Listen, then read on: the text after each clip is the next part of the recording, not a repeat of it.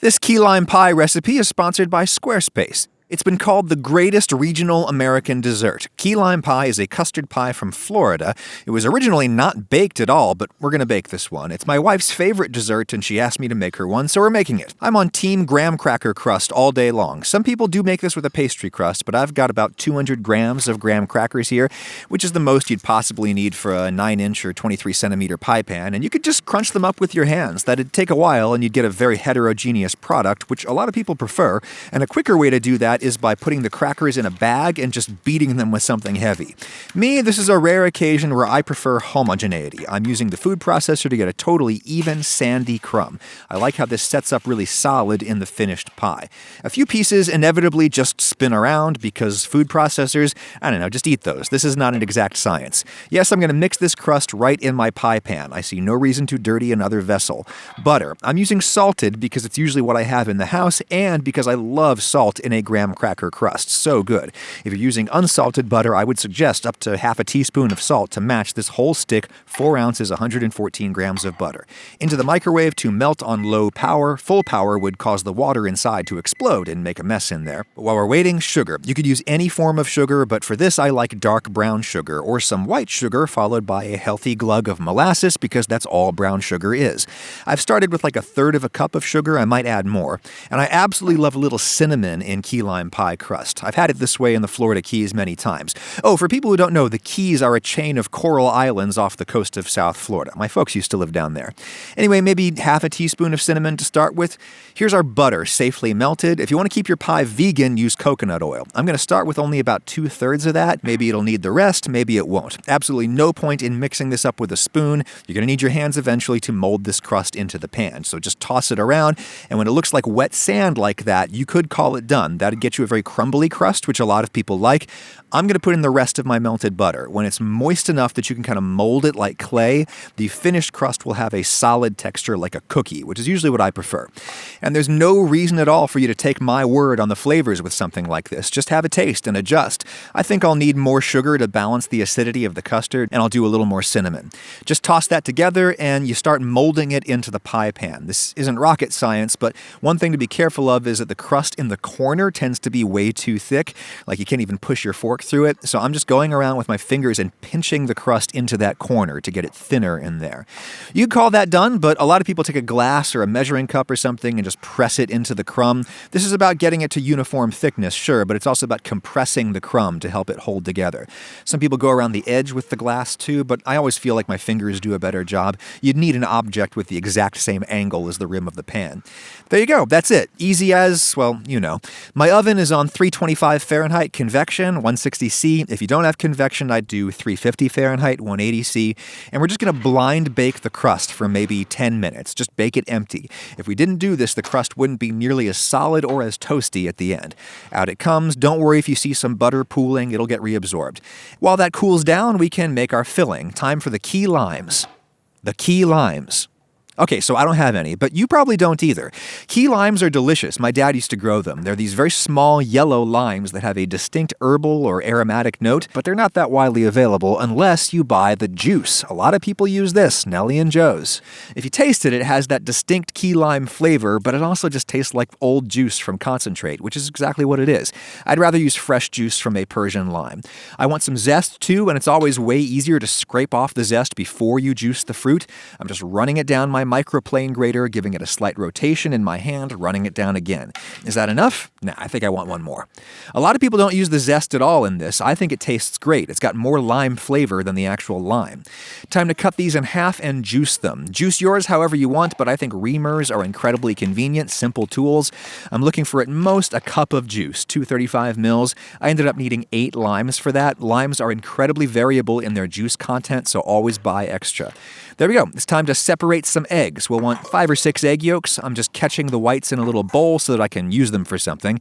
Some people actually replace the eggs in this pie with sour cream. I'm not a fan. I think that gets you something that tastes more like a dip than a pie filling. But if you use like half a cup of vegan sour cream, that would be a great option for a vegan pie. All right, I've got 5 there. Lots of folks would use those whites to make a meringue topping for the pie. Very synergistic, but Lauren likes whipped cream on hers instead of meringue. So I will simply save these for an egg white omelet to counteract the pie in my diet, also synergistic. Now the next thing, sweetened condensed milk. This is absolutely traditional. In fact, the historical origin of pies like this might be from recipes promoted by the condensed milk industry. You'd normally make a custard with cream, but condensed milk has a much stronger milky flavor that you can actually taste in the presence of all that lime juice. Cream would just get lost. I'm using 2 of these 14-ounce cans. That's 830 mils, 3.5 cups. Vegans, there's a note in the description about how to make this with coconut milk. I'll whisk those 2 things together before I whisk in the lime juice. It's easier to break up the yolks when they're not sloshing around in a watery mixture, and getting the sugar mixed into them makes it less likely that the egg proteins will be curdled by all this acid. That said, early recipes for this pie were so-called icebox pies, pies that never go in the oven. They used to rely on the acid from the lime to chemically cook the eggs. There's some risk of foodborne illness there, which is probably why people eventually started baking this pie. I only put in like 3/4 of a cup of my lime juice, and I'm tasting it. Yes, eating a small amount of raw custard presents some small risk of foodborne illness, but I'm a big boy and living is choices. If you don't like your pie very acidic, I'd stop there. Do the full cup only if you like it very limey. That's nice. Here's my zest from like 3 of the 8 limes I juiced. You don't have to put this in, but I think it adds a lot of lime flavor as opposed to just lime acidity. My crust is mostly cooled down now, which is important. If it was too hot, the bottom layer of custard would get overcooked. It should look like you don't have quite enough because custards puff up a little bit in the oven. You don't want things overflowing. You can thump that a little bit to make any large air bubbles come to the surface and pop, but be gentle with a ceramic pie pan. Back in the oven this goes, same temp as before. Here it is after 10 minutes, and I'm going to assess its doneness by just kind of shoving the pie pan. See how wobbly it is? We're looking for it to firm up some more. Here it is after 20 minutes. Still wobbly, but you can see it's cooking on the inside. Here it is after 30 minutes, and you probably don't want it any firmer than that. That's the longest I would bake this. If you bake it until it has no bounce at all, it'll have a curdled texture, not a creamy, smooth one. Look at that. Beautiful. We got to let this cool down on the counter for like an hour or 2, and then you have to chill it in the fridge overnight. You probably want to cover that, but plastic wrap would stick to the surface and mess it up, so I'm doming this with an upside-down plate. Not an airtight seal, but it should reduce air circulation enough to keep the pie from drying out or picking up fridge flavors. Good night. The next day, I'll whip the cream. I'm just doing a cup, 235 mils. You might want twice that, depending on how much whipped cream you like on your pie. This is easy as you-know-what with an electric hand mixer. 90 seconds later, I've got whipped cream. Mix in as much sugar as you want for your taste, though powdered sugar is best for whipped cream that you want to hold on to for a day or 2. The cornstarch in it absorbs water that gradually weeps out of the cream. And a little vanilla. Be careful, too much will make the color go very brown. There we go. After a long chill, we can finally have pie. And as any pie maker knows, the Vanguard slice is the forlorn hope. There's no way it's coming out pretty, so that's my piece. Now that you got some room in there to work, you can get out a nice pretty slice. But I'm not going to lie, it's a delicate pie. It's tricky to get out clean. That's why some people use a springform pan for this. They also sometimes cover the whole surface with whipped cream before slicing. I prefer a dollop on top so that you can dose out the cream at will.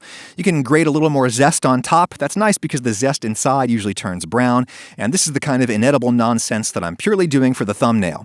There you go. Nice, creamy, soft custard because we pulled it while it was still a little wobbly. The crust basically tastes like a giant golden graham, and it's got that chewy, cookie-like texture because we used a lot of butter. Lauren is pleased, just as you will be pleased by the sponsor of this video, Squarespace. It's an all-in-one solution for building and then running a website for just about any purpose.